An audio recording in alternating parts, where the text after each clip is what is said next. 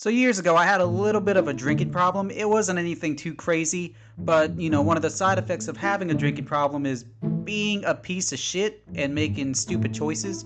And one of those choices is actually bar hopping. Yeah, bar hopping, where apparently being drunk isn't enough for you, so you want to think you're smarter than all the other bars around you, while also assuming that your liver is invincible. Now, I don't want to get too technical with it, but basically, your inner morality and your common sense are playing cat and mouse. The rules are simple. Number 1, get so drunk that you can't tell if the room is spinning or your water broke. And rule number 2, pretend you didn't drink at all. Rule number 3, and then walk into another bar and pretend you're not drunk at all, not at the slightest, and continue to ruin the night. And what's sad about that is, whenever I did that, I thought I was at my best. We can only cut into the mustard in one way, champ. So this starts with me and a co-worker at work deciding that we were going to go ahead and have a wild night. This was back in 2022, so COVID had just kind of, faded away into the wind like an urban myth at this point. So I wanted to go ahead and start drinking in public because prior to this, for the last 1.5 to 2 years, I was drinking alone, like some kind of winner. So I go up to my coworker, we're gonna call him Jerry, and Jerry's drinking problem was actually worse than mine, so obviously he was first pickings for me. So I walk up to the guy, and to the guy I says, word for word, "Oh golly Wally, my boy, do you want to go out tonight and spend a couple $100 on drinks that you and me can easily make alone? And better yet, instead of not drinking, we go out and inconvenience everybody right before an economic disaster goes ahead and takes over the country, and on top of that, get a little too rambunctious for our britches and get lost for some reason and walk into a gay bar." He's like, "Oh boy, do I." And then, yeah, that's what happened. Now, obviously, we didn't plan for all that, but you know what? Sometimes daddy doesn't get what he wants all the time. That's why Jerry had to go out with me. I even offered to pay for all his drinks so he couldn't say no. So we make our plans, and then, our shift ends. I go home to get ready, and instead of immediately, hitting him with the first spot to meet him at, I decide that, since we're going to go ahead and Uber, because I have to be a little responsible, we're going to go ahead and pregame at my place first. Yep, I decided we're gonna get shit-faced here, and instead of ending the night here, we're gonna carry our shittiness to other bars. So after we get done with that, we end up going to our first location, and it's a little location called Sharpshooters.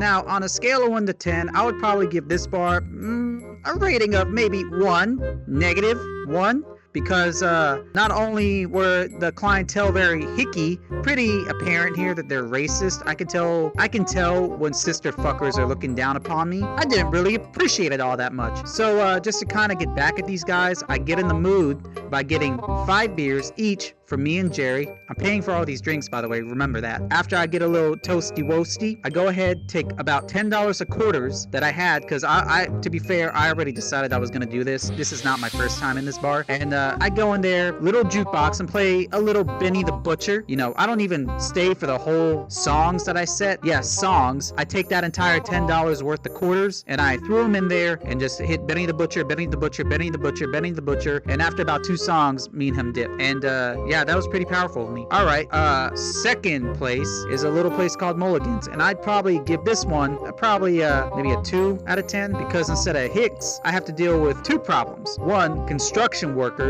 I just don't like them, I'm sorry.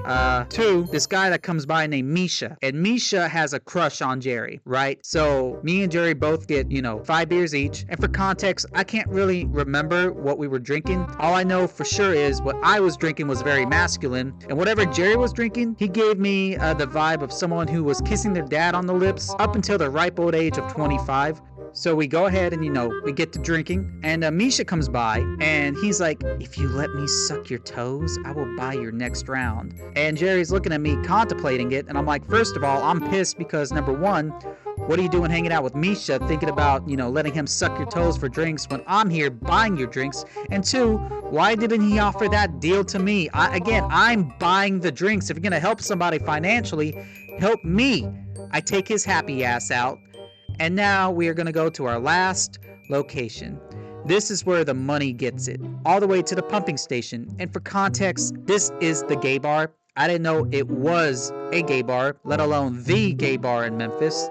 But to be fair, I assumed pumping meant like pumping your stomach, because you're gonna get so fucked up here and not have to find out, but come to figure out I did have to find out. So we go in there and we're greeted by this guy that kind of looks like Draco Malfoy, and you know, cool dude. He seats us. I didn't know you could get seated at a bar, but he seats us, and first thing we notice is that there are no female clientele. Jerry's looking at me like, yo, where the honey's at? And I'm like, dude, no offense, but you can't even get the attention of a dust bunny right now. You are so drunk, you're practically ugly.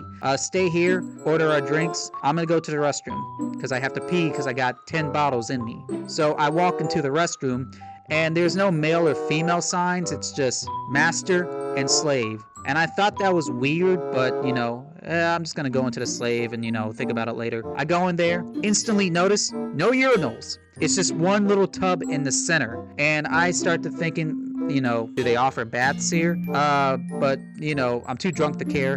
I pee in the bathtub. Come to find out later, it's actually a giant urinal where people basically circle around to pee together. Like, you know, the best of friends. But, whatever. I found that out later when I got home. I go back, sit at my table, and I'm looking at Jerry, and he's giving me a stupid fucking look. And I'm like, what's wrong? And he's like, I think we're at a gay bar. I'm like, what makes you say that? Well, just look around. Everyone's like covered in leather and whatnot, and they all look too pretty. Like, very pretty. I'm like, all right, well, maybe these guys just care about themselves more than you do. What's the problem? He's like, that's not all. Just when our guy comes back with our drinks, take a good look at him. So here comes Draco, put it in my mouth, boy. He comes back with our first rounds. He drops them off. He says in a zesty tone, y'all let me know if you need anything. And I was like, thank you, buddy. And then he turns around, walks away, and I realize Draco's wearing buttless chaps. Like, I can see his ass. And I'm looking at everybody else, and about 70% of them are dressed the same. And so, what would I give this bar? A rating out of 1 to 10? Probably an 11. The vibe there was more inviting. I actually came back twice after that.